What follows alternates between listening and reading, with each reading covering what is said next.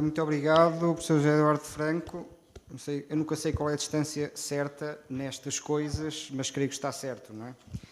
Bom, agradeço muito, antes de mais, claro, à Sociedade Histórica da Dependência de Portugal, à Fundação Rei Afonso Henriques, Zamora, a oportunidade de estar aqui, é um gosto e uma honra, cumprimento todos e, claro, vou ter que tentar concentrar em meia hora uma temática que tenho estudado e que tem sido estudada há décadas, quase que diria há séculos. Portanto, é claro que o que eu vou dizer aqui, em grande medida, é uma síntese com uma ou outra aportação própria, reflexão própria e insistência própria. E vou estruturar isto, digamos, em dois grandes pontos, se quisermos uma visão macro e uma visão micro, que é, primeiro, uma visão geral sobre a memória historiográfica dos primeiros séculos de Portugal, porque creio que é importante termos isso em conta, uma espécie de contexto textual, para que se compreenda também melhor o modo como a Fundação, ou a figura de Afonso Henriques. Claro que aqui Fundação, que surgimento do reino, Afonso Henriques, coisas estão muito misturadas.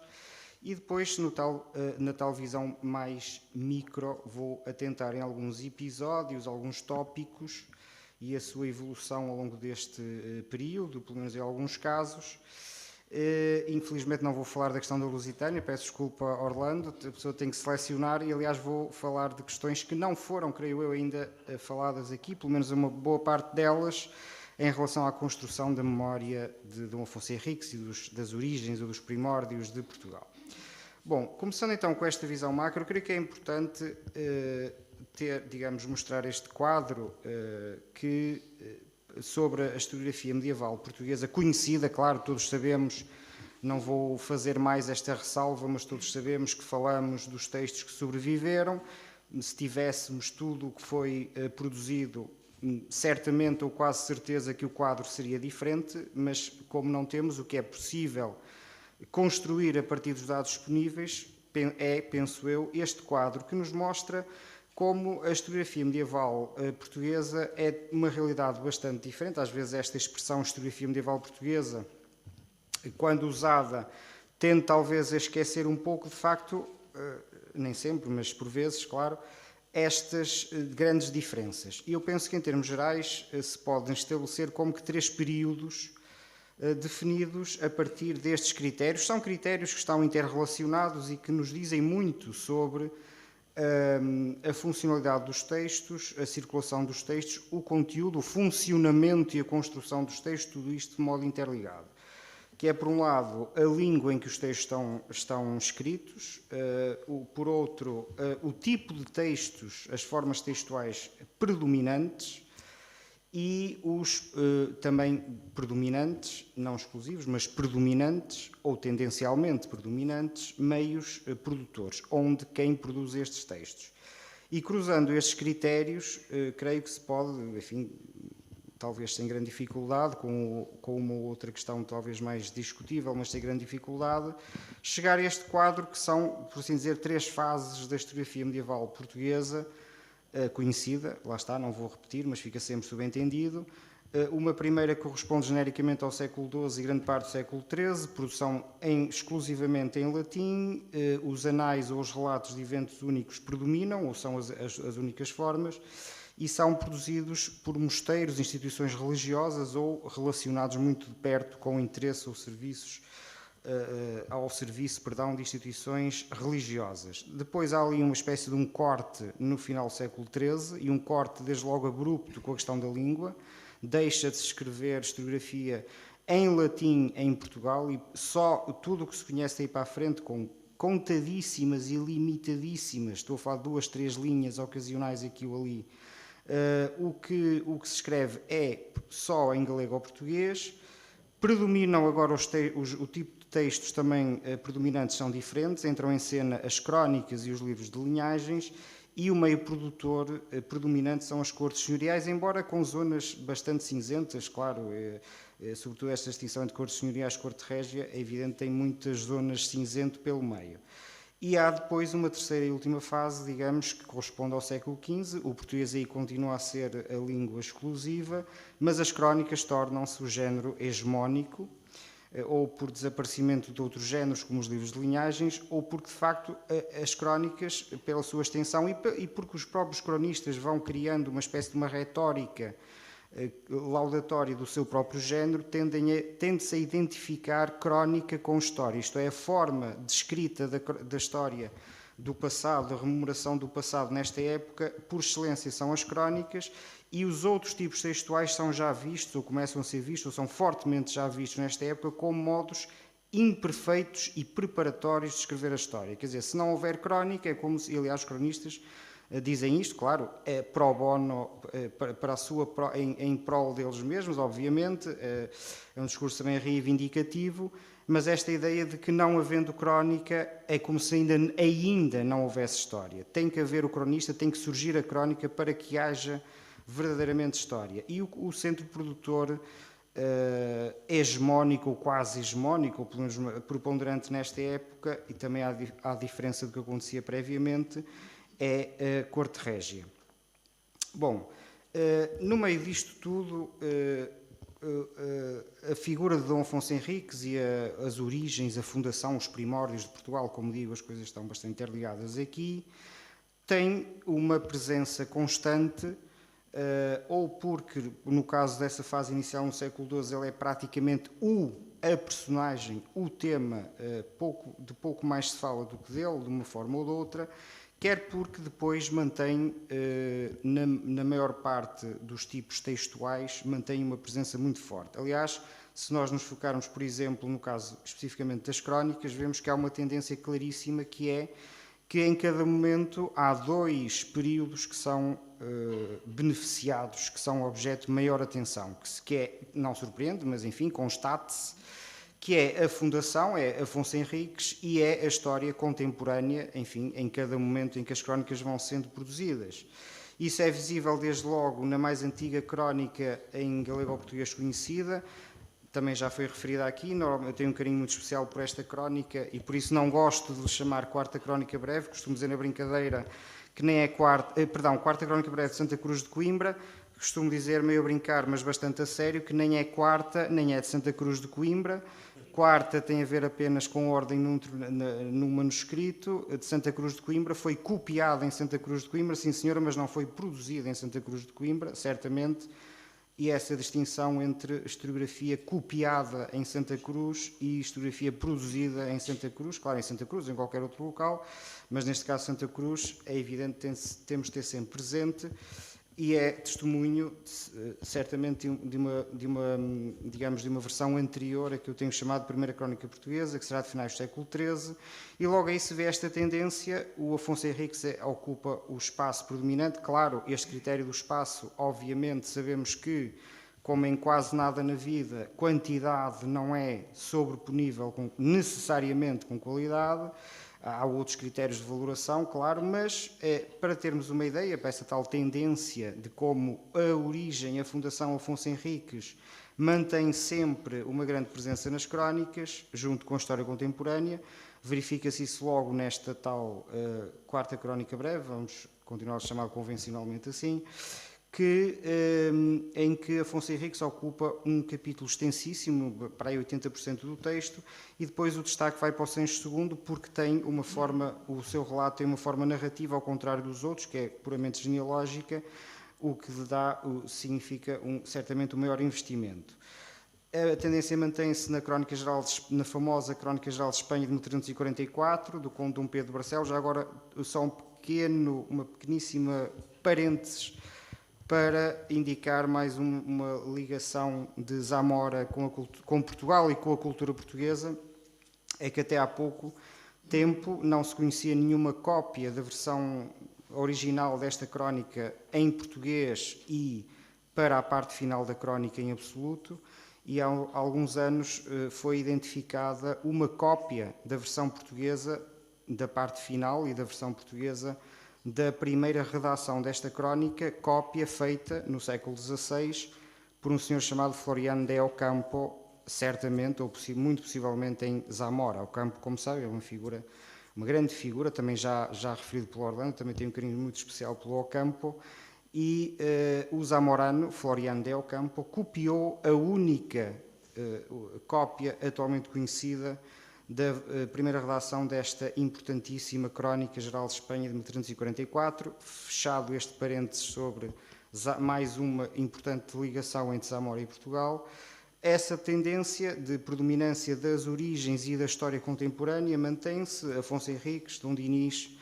particularmente neste caso, claro, também por razões compreensíveis, e mantém-se mesmo depois nas crónicas seguintes. Eu aqui vou ater-me ao início do século XV, mas vê-se mais uma vez a tendência clara e, por exemplo, o Sancho II, que tinha tido na primeira crónica um destaque relevante, depois vai perdendo, por comparação, essa predominância face à história contemporânea em cada momento, mas o Afonso Henriques, a Fundação mantém sempre, aliás, é sempre em processo de crescimento e é o rei que mais destaque tem nesta crónica de 1419, também falarei um pouco depois, juntamente com a história contemporânea, mas aqui também nós não conhecemos a crónica na parte final na totalidade, na íntegra, portanto, mas a tendência é clara. Ora bom, passando então para uma visão mais micro sobre Afonso Henriques barra criação do Reino de Portugal, enfim, tudo isto são as tais fronteiras, tudo isto está mesclado. Eu vou focar-me em dois aspectos, digamos que talvez em conjunto sejam relevantes para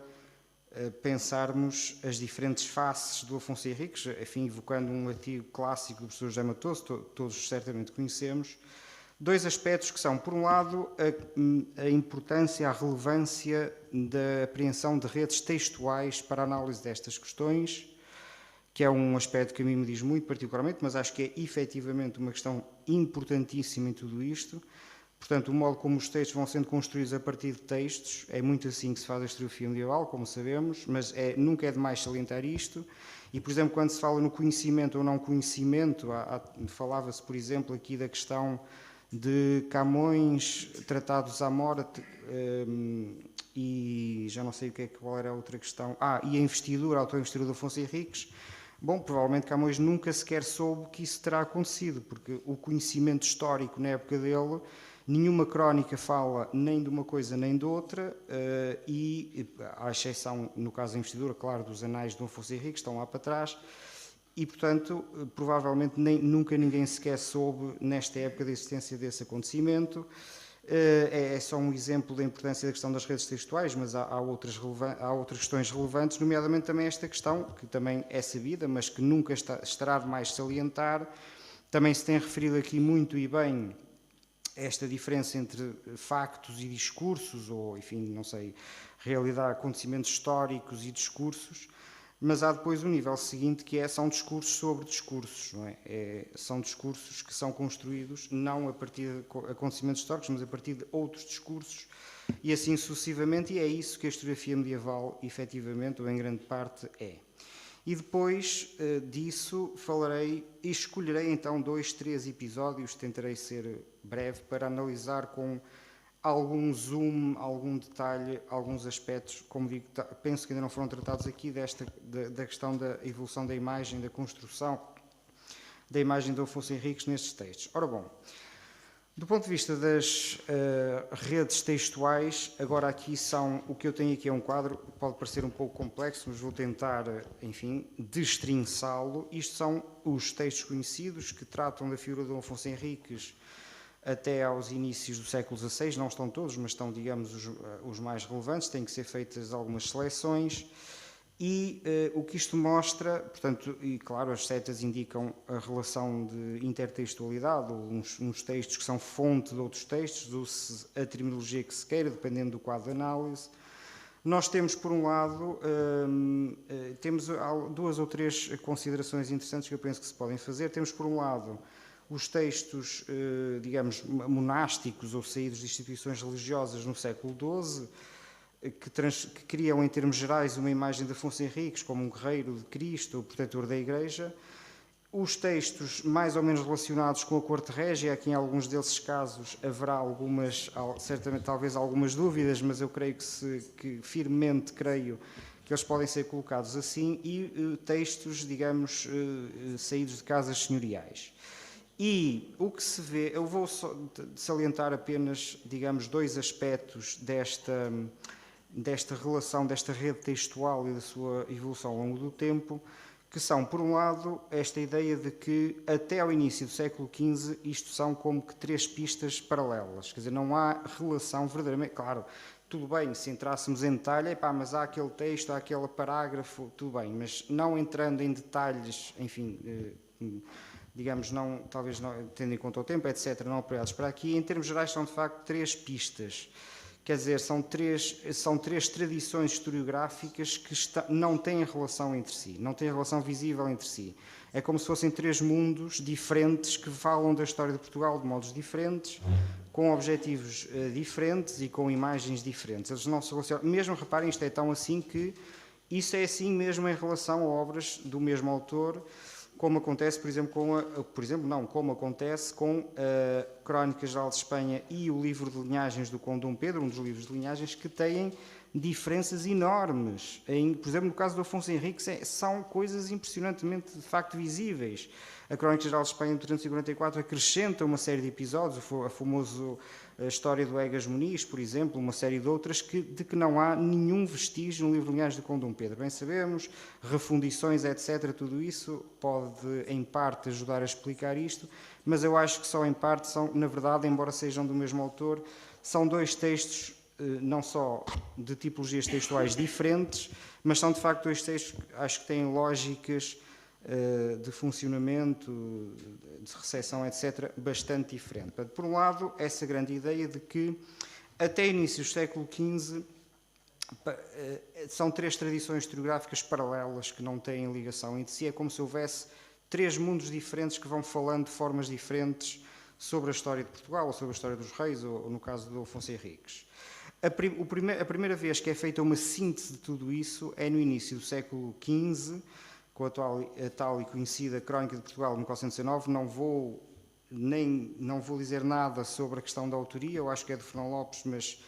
não vou entrar por aí, e também acho que é relativamente irrelevante no sentido de que é claro que é uma crónica saída da Corte Régia, aliás a crónica diz que o autor é o Infante Dom Duarte, claro, no sentido medieval do termo, bem sabemos.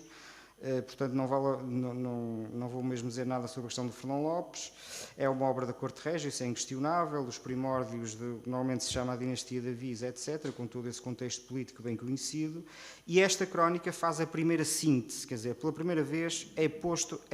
há um texto que põe em contacto, junta, de alguma forma, claro, e reelabora estas tradições prévias, com duas interessantes exceções, como vem aí, portanto,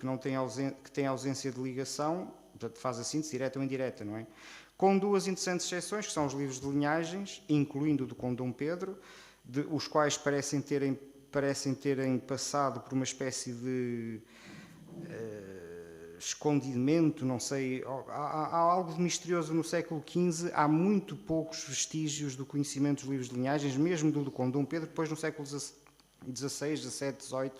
vai ser uma obra incrivelmente lida, copiada, etc., mas no século XV não há quase nada que indique sequer o conhecimento. O Fernão Lopes refere-o a propósito da ascendência de Nuno Álvares Pereira, mas, bem, os outros dois livros de linhagens anteriores, esqueçam, é que não há rigorosamente nada.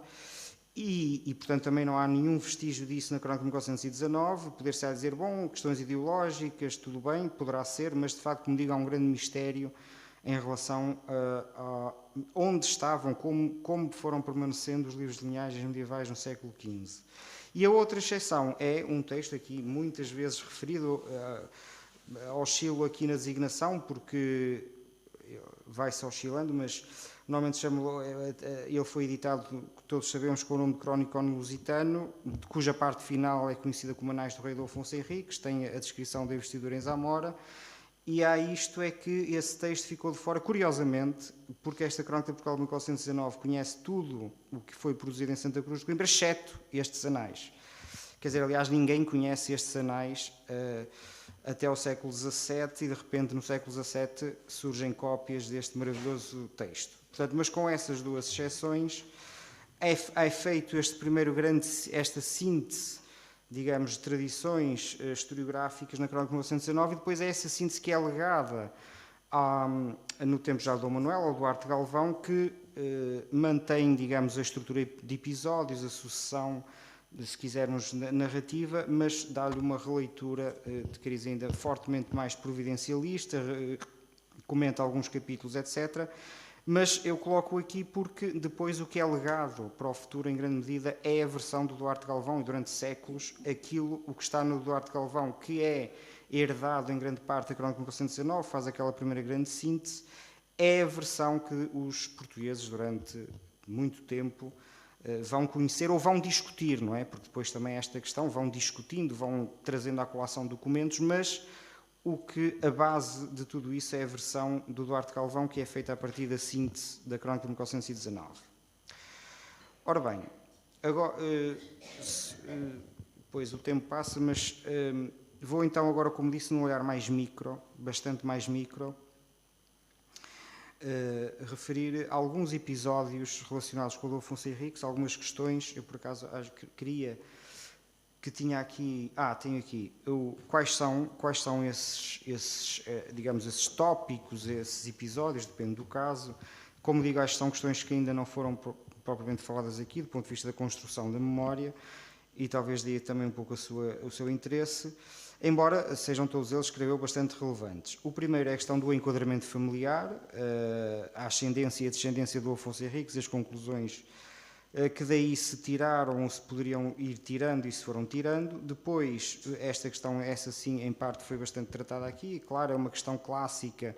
na construção imagética de personagens, o oponente, a figura do opositor, quer do ponto de vista estritamente narrativo, quer do ponto de vista, enfim, ideológico, simbólico, etc. E a questão da predestinação divina, que coroa um pouco tudo isto cronologicamente e imageticamente. Bom, mas talvez os outros dois aspectos, não sei, tenham, porque menos tratados, talvez, do que a questão da predestinação, ou pelo menos aqui neste contexto, mereçam um pouco mais de delonga. A questão, claro, todos sabemos a importância da genealogia na Idade Média, não vale a pena referir isso, mas é de facto bastante interessante o modo como,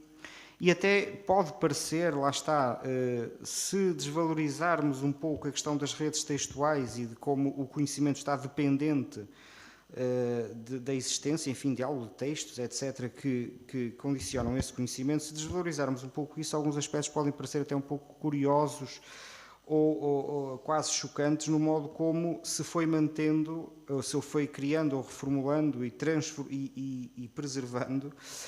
a memória do enquadramento familiar do Afonso Henriques. Bom, algumas coisas serão mais conhecidas, mas vou recordar muito brevemente isto. O que é que nós vemos passando pelos diferentes textos e fazendo assim algumas pausas estratégicas? Eu começo aqui agora só me veio à cabeça o recorrido ao espanhol, mas não sei, percurso talvez, com uma informação que pode parecer meramente factual, que está na tal Crónica Gotórum, Lusitano, enfim, como se lhe queira chamar, cuja parte final são os anais do Dom Afonso Henriques, que diz simplesmente, e diríamos factualmente, isto em relação à ascendência, não é? Que ele era filho do Conde Dom Henrique e da Rainha Dona Teresa e neto do Rei Dom Afonso. Bom, isto, sim senhora, factual, diríamos, mas também mostra já uma coisa, que é uma certa, ou melhor, mostra uma certa valorização da ascendência, digamos, materna, feminina materna, em detrimento da paterna, coisa que a partir do século XIII vai ser completamente desequilibrada, quer dizer, começa-se,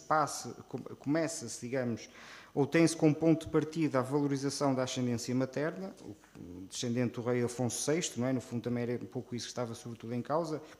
essa questão também tem sido referida aqui várias vezes, mas a partir do século XIII a questão é claramente desequilibrada e é a ascendência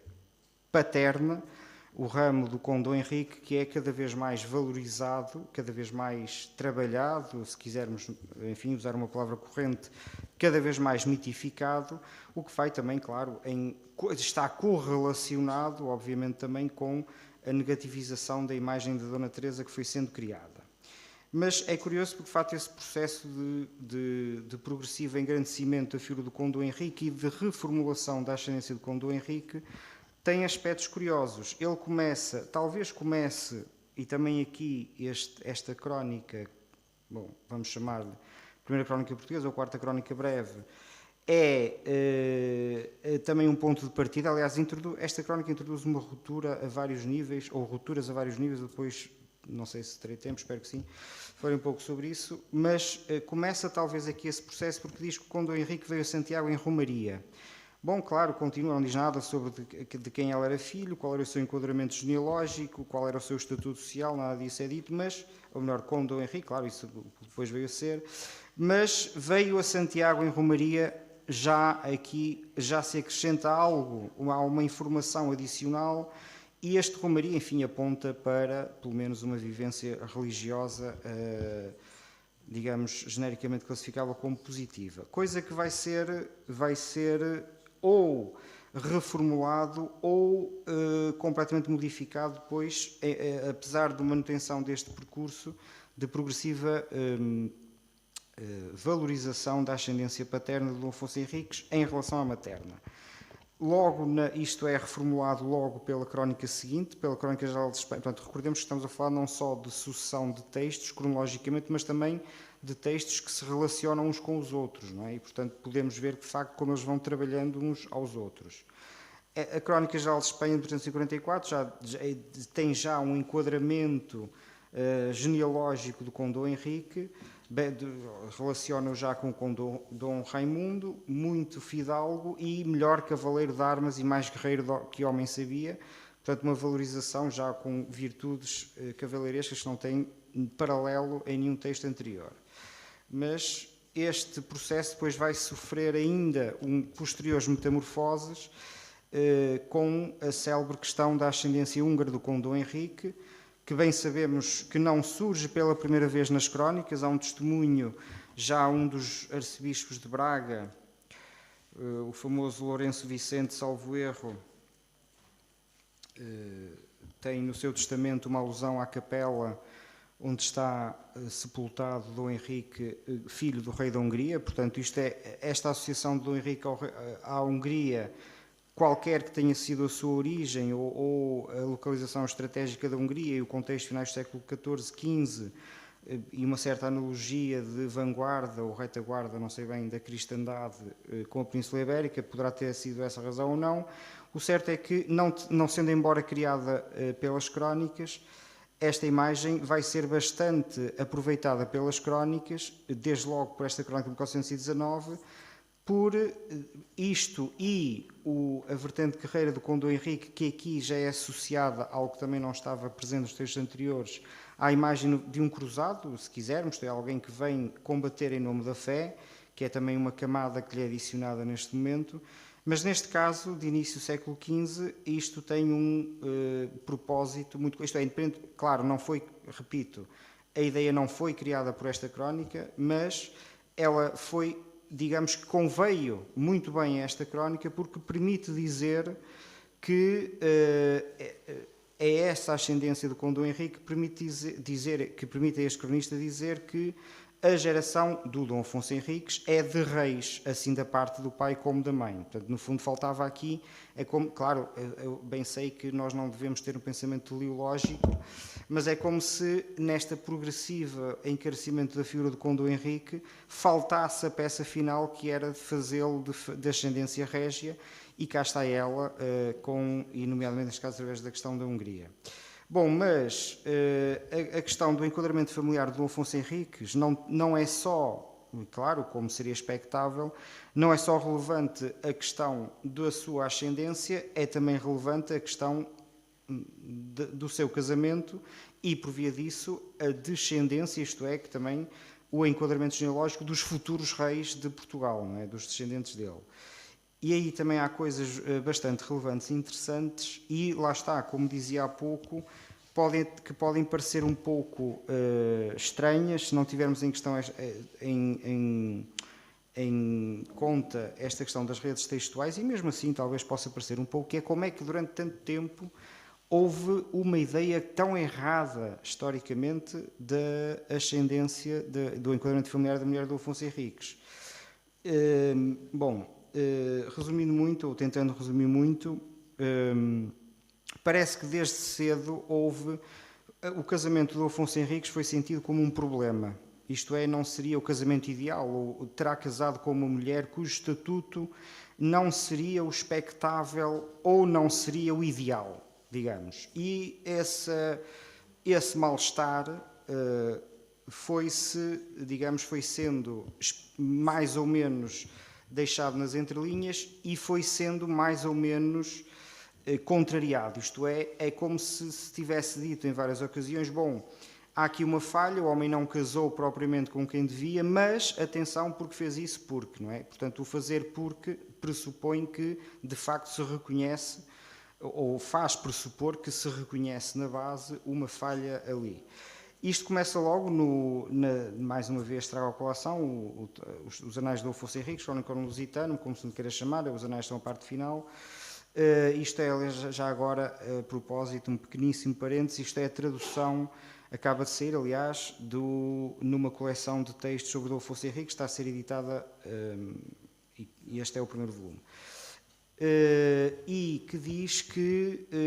portanto, que o Dom Afonso Henriques desejou mais tomar uma esposa, nascida de linhagem humilde, mas que fosse uma união sem pecado, e procurou por todo o mundo uma esposa de sangue real ou imperial, que não constituísse consigo, claro, isto é a tradução do latim, obviamente, uma união de afinidade carnal, mas desta condição não pôde encontrar esposa que não fosse consanguínea em primeiro, em segundo ou em terceiro grau. Portanto, ele só não casou, parafraseando, ele só não casou com alguém de família real, portanto, com um estatuto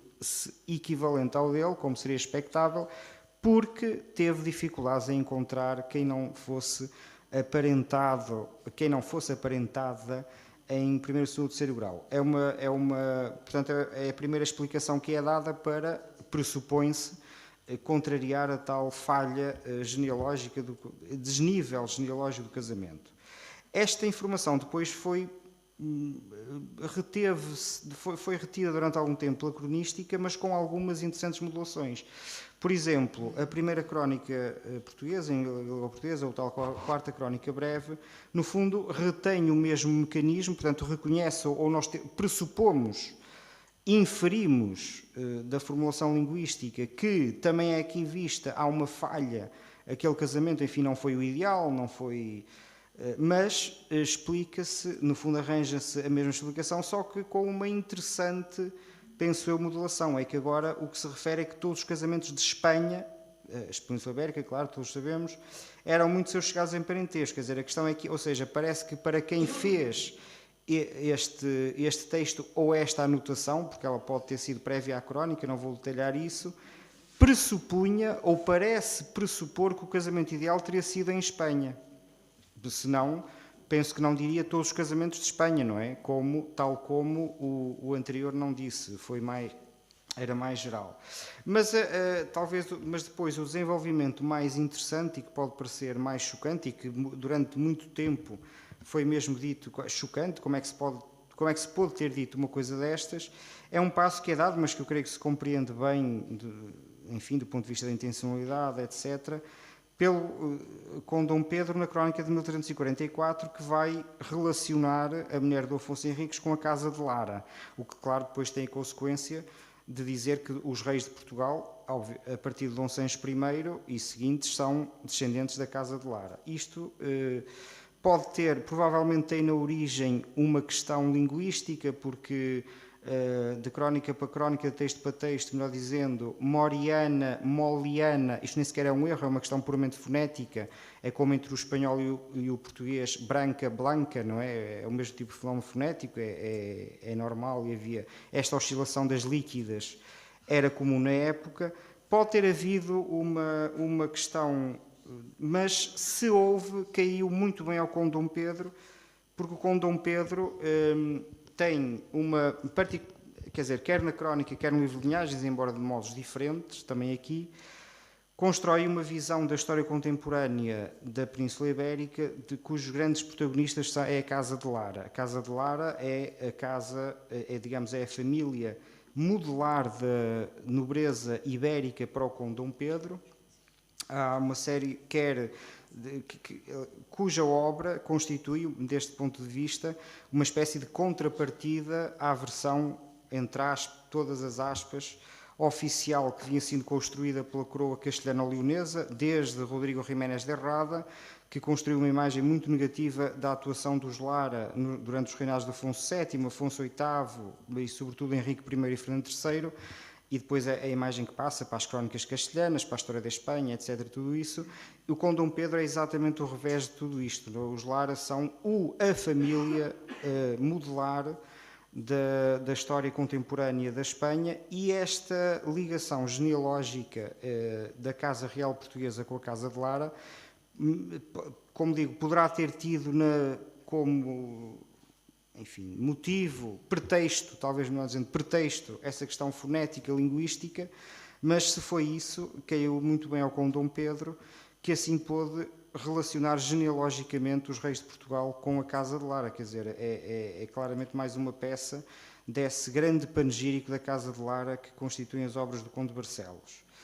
E agora, o interessante é que isto ficou durante 200 anos, quer dizer, durante 200 anos na Casa Real, em todo o lado, toda a gente sempre disse que os reis de Portugal eram descendentes dos Lara. Algo, como digo, hoje nós pensamos como é que é possível, mas de facto é assim, a lógica discursiva é assim, e só, como sabemos também, em meados do século XVI, aliás, segunda metade do século XVI, essa questão foi reponderada, mas esta versão permanece durante 200 anos. E eu vou só, então, se me permite acabar, bem sei para onde é esta, que nós temos sempre, a questão da gestão do tempo é sempre complexa, mas terminando com, digamos, depois tinha outros episódios, mas enfim, peço desculpa, mas terminando com o reverso, ou o outro lado da moeda da construção genealógica, que é a descendência. Claro que a ascendência está sempre ligada à descendência, quer dizer, por exemplo, se diz que Dom Afonso Henriques casou com uma mulher da Casa de Lara, claro que se está a dizer que os reis de Portugal também são descendentes da Casa de Lara, obviamente, e claro, mas esta questão da descendência não ficou por aí. E mesmo da ascendência. Um caso interessante é este, normalmente chama-se isto Segunda Crónica Breve, Crónicas Breves de Santa Cruz de Coimbra é um termo que eu só uso mesmo porque as pessoas, enfim, é terminologia consagrada, porque são termos, creio que de facto, bastante pouco apropriados. Neste caso, esta é conhecida como Segunda Crónica Breve de Santa Cruz de Coimbra, mas é um texto muito interessante porque é um texto que foi lido, um texto, nós dizemos, um texto historiográfico que foi lido em público, numa cerimónia pública do casamento de uma irmã da famosa Dona Leonor, irmã de Dom Afonso V, com o imperador Frederico, não é, do Santo Império II, o terceiro, não é? E é interessante porque, nós, tal como conhecemos este texto, é uma pequena história dos dois primeiros reis de Portugal. Mas eu creio que na origem ele era uma história de todos os reis de Portugal, porque há um momento da descrição da cerimónia de casamento, das cerimónias feitas em Lisboa, do casamento de Dona Leonor com o imperador, que não esteve cá pessoalmente, não é? Como é sabido, mas na descrição dessas cerimónias há um momento em que se diz que foi lida uma história da família da princesa. Portanto, eu pressuponho que, acho que fala mesmo dos reis de Portugal, agora não consigo precisar de cor, mas acho que sim. Portanto, deve ter sido lido nessa ocasião, como forma, enfim, de mostrar e louvar o enquadramento familiar, genealógico, também lá está, de Dona Leonor. Deve ter sido lida, nesse momento, uma pequena história de todos os reis de Portugal, destacando algumas virtudes em concreto, e os crúsios, posteriormente, copiaram só o que lhes interessaria, o que mais interessaria, que é a parte, claro, do Afonso Henriques e Sancho I, que são os reis que estão lá sepultados, e certamente por isso os crúsios só terão copiado essa parte, mas na origem isto, penso eu, seria uma pequena história de todos os reis de Portugal lida em público, que é também interessante.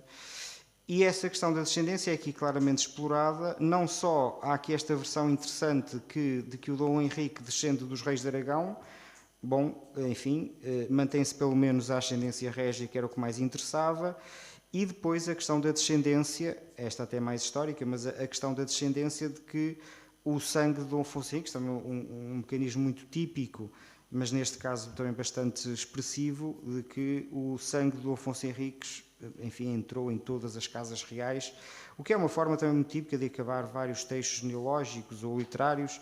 Lembremos desde logo, por exemplo, do cantar de Emil Cid, que acaba dizendo «Oi, los reyes de Espanha, todos os descendientes são», do Cid, no caso, não é? Portanto, uma forma típica também de enaltecimento genealógico que foi lido em público em meados do século XV, no casamento da Dona Leonor, e acho que tenho de terminar, não é? Pois peço desculpa, mas é assim. Obrigado.